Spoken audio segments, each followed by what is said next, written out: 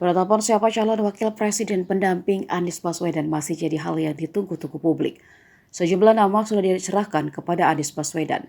Yang terbaru datang dari mantan Wapres Yusuf Kala mendorong Golkar gabung bersama Koalisi Perubahan untuk Persatuan.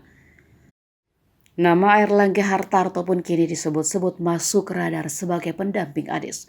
Meski hal itu belum dapat dipastikan, namun bertambahnya sosok lain di luar KPP tentu saja mengancam posisi kader dalam partai koalisi.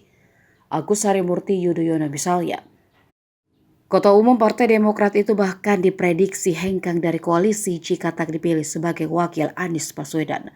Direktur Eksekutif Institute for Democracy and Strategic Affairs Ahmad Khairul Umam dilansir dari Kompas.com menjelaskan Demokrat tak akan banyak mendulang limpahan elektoral atau cocktail effect jika hanya memberikan dukungan ke Anies tanpa kadernya dipilih jadi calon RI 2.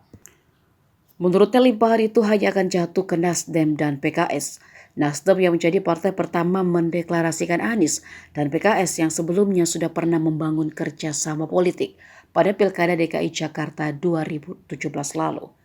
Olehnya demi mendulang limpahan elektoral, otomatis Demokrat harus ngotot menempatkan ketuanya jadi calon RI 2. Namun demikian harapan AHY menjadi cawapres diprediksi terganjal restu Ketua Umum Partai Nasdem Surya Paloh. Ada kekhawatiran pada Surya Paloh bahwa cocktail effect akan lebih banyak didulang oleh Demokrat daripada Nasdem lantaran AHY tampil sebagai cawapres.